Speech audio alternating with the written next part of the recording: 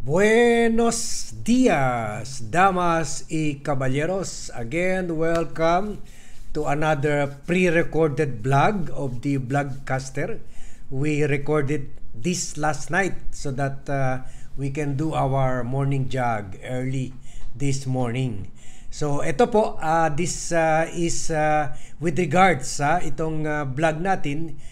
This has to do with the call of or the claim of Vice President Sara Duterte na marami ring katiwalian sa mga school building program ng Department of Education which she headed.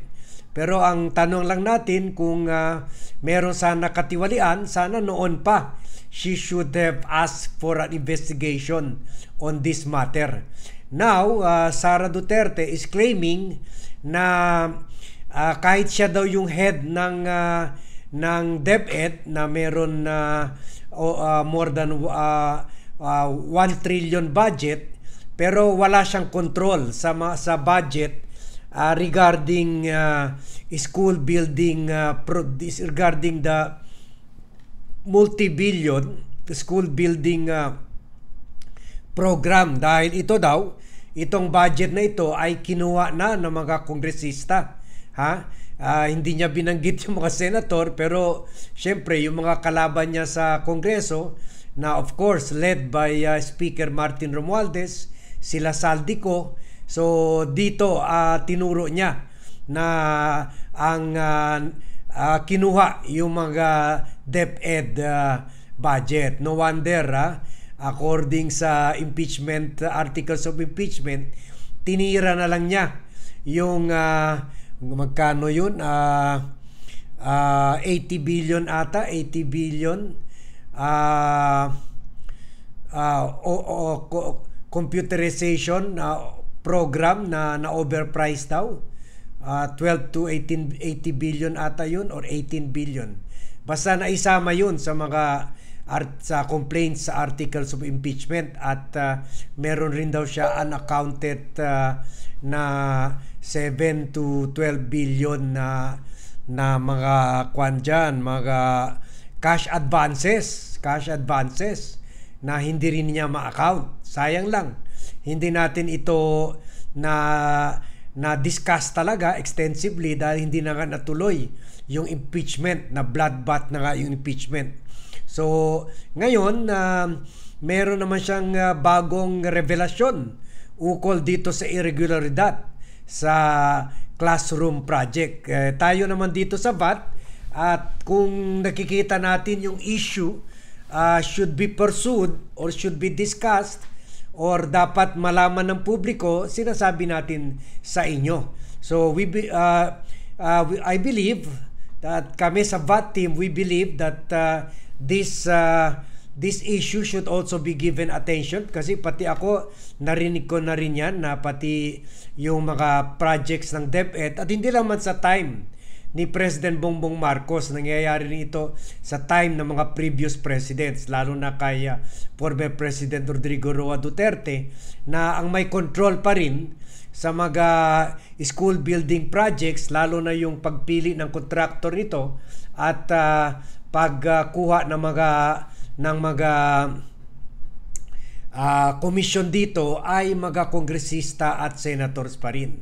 So I hope the President will include this in his investigation, at kayo na kung meron man kayo rin narinig ukol dito, at kung meron kayo mga picture sa mga substandard school building projects or ghost project, please also submit that to the isumbong mo sa Pangulo website.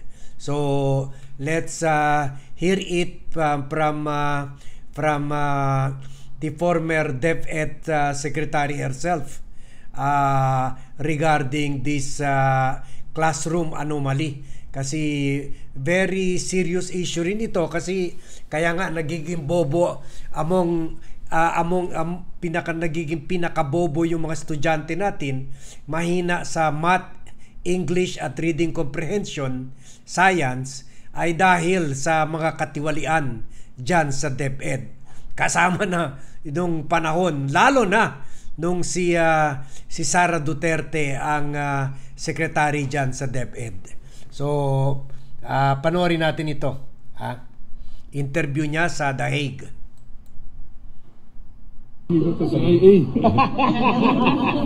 VP, ngayon lang yung nagdemanda si Yorme, Mayor Isko, kay Congressman Chua regarding sa mga flood control.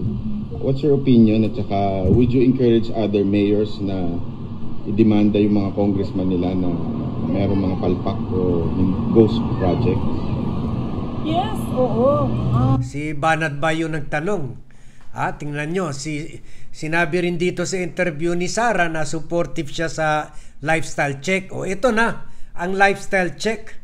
Sabi ni Duterte, retiree na siya, wala na siyang pera. Paano sila apat nakapunta dyan? Siyempre, si Kitty kasama yan ng nanay niya kahit hindi kasama dyan sa press con. Kasi barred na nga siya from visiting her husband. So paano nila, siyempre mga first class ang accommodation niyan sa eroplano. So mga one way yan, pwede umabot ng mga 300,000 one way lang, or baka two way 500 to 600,000 plus maka hotel pa. So bawat punta nila dyan, mababa na yung 1 million kada isa. So ito na ang lifestyle check sa kanila. At 'di ba, suportado si Sara na dapat yung mga mayor ibulgar yung mga katiwalian ng mga kongresista sa lugar nila. Kaya tama yung challenge ni Congressman Benny Abante. Tama yung challenge niya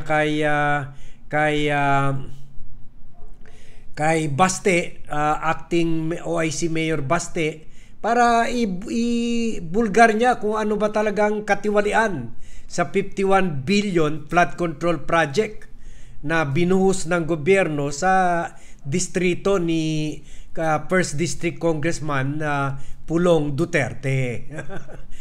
'Di ba? Siya ang mayor, dapat he should investigate kung ano ba talagang katiwalian, kung meron, to be para malagay na talaga ng closure itong 51 billion na binuhusan ng gobyerno sa First District ng Davao, at kung saan hanggang ngayon ay wala pa rin humpay yung baha at flood crisis sa Davao City.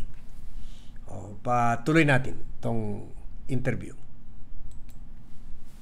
Trabaho ng trabaho ng Commission on Audit na mag-imbestiga kung meron silang makita na anomalya sa mga projects.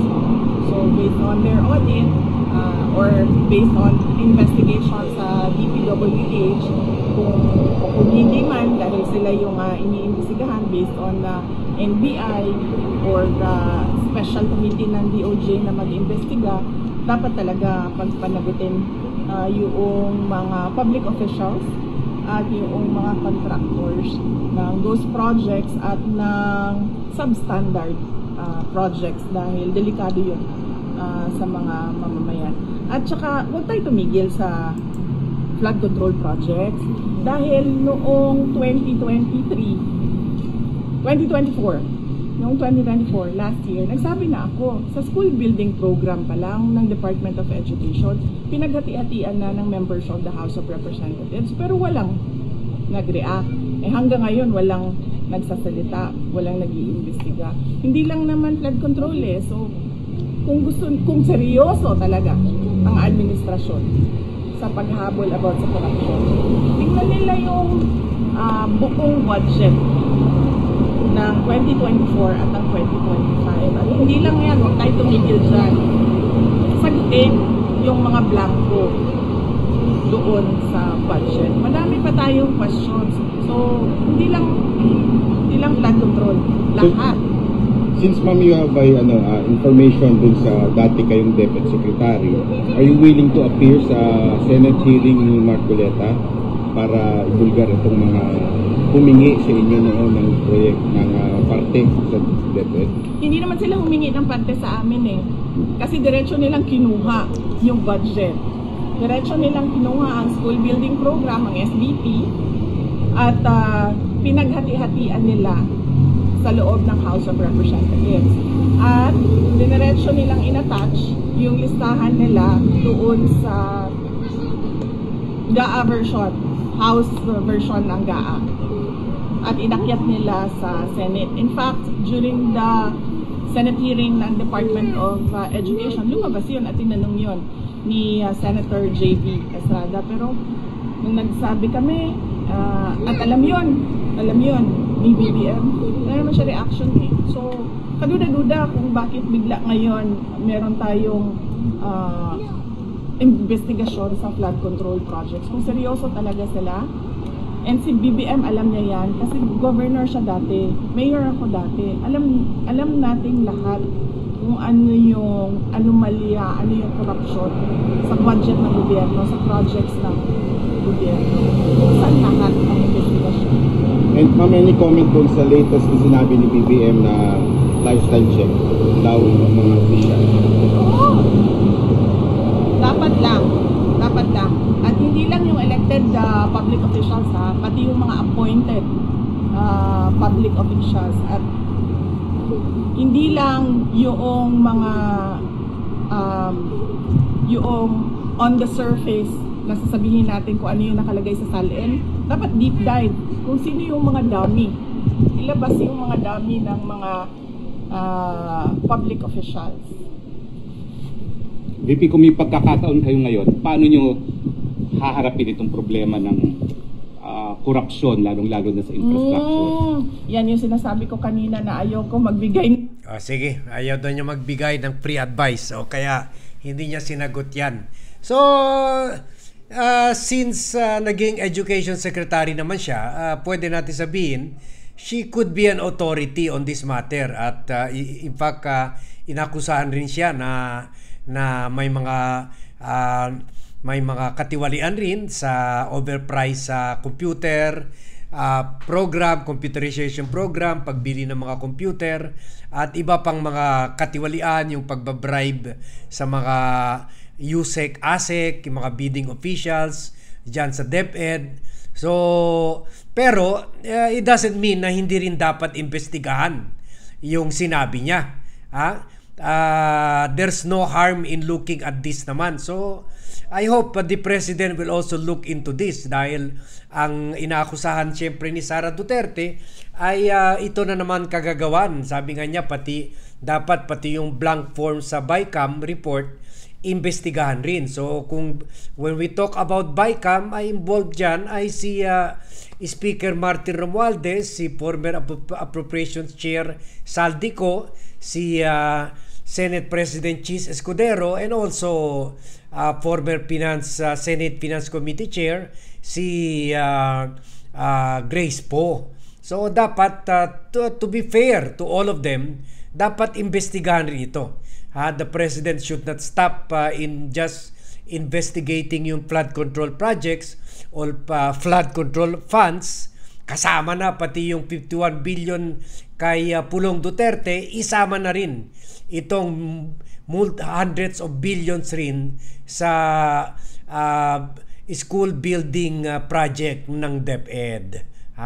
So, since nagsimula na tayo, the President should not be selective. Lahat yan, pati mga roads, mga cat's eye, lahat investigahan yan. Mga overpriced na solar lights, dapat investigahan lahat yan. So, yan, kahit galing ito kay Sara, pero we believe, we really believe na this should be looked into. This should be looked into. Kasi hindi naman ito sa time niya, marami na rin tayo narinig before pa sa Marcos administration, nangyayari na ito sa previous administrations ng gobyerno. So thank you very much everyone for watching. Thank you very much for joining me in this vlog. Good day to all and see you in my next vlog.